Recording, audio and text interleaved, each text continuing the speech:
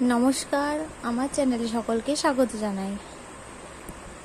আজ আমি দেখাবো class 3 second exam Ray Martin question ব্যাংকের বাংলা প্রথম স্কুল আরামবাগ বয়েজ প্রাইমারি স্কুলটির প্রশ্ন উত্তরগুলো।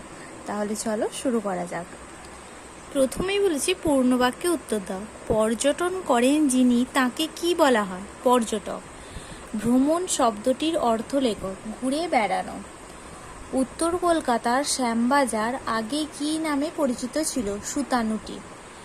একসময় গাছেরা কিভাবে চলাফেরা করত? শেকড় বাকড় মাটির নিচে দিয়ে চালাচালি করে।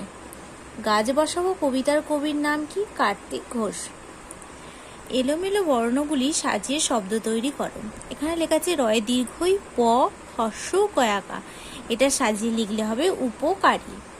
তারপর আছে লয়ে আঁকা, রয়ে আঁকা, ফয়ে একা চ, এটা সাজিয়ে লিখলে হবে চলাফেরা।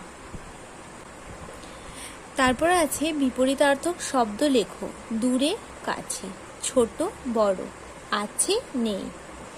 শূন্যস্থান পূরণ করো। পরীরা গাছের ডালে থাকে না থাকে? পরীরা গাছের ডালে থাকে। তারা বাড়ি তৈরি করব না করবে? তারা বাড়ি তৈরি করবে। একসঙ্গে থাকলে শক্তি বাড়ে না বাড়ায়? একসঙ্গে থাকলে শক্তি বাড়ে। তারপর আছে বর্ণ বিশ্লেষণ করো। আকাশ, আকাশটাকে বর্ণ বিশ্লেষণ করে লিখলে কি হবে? আ যোগ কয়ে হসন্ত যোগ আ যোগ তালবস্যয় হসন্ত, হসন্তগুলো দিতে একদমই ভুলবে না। তারপরে আছে আনন্দ।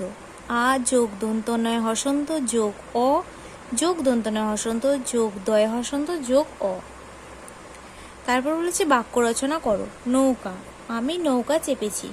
তোমরা যা খুশি লিখতে পারো বাক্য রচনা, আমি এটা লিখে দেখালাম, আমি নৌকা চেপেছি। গল্প, ঠাকুমা আমায় রোজ গল্প বলেন।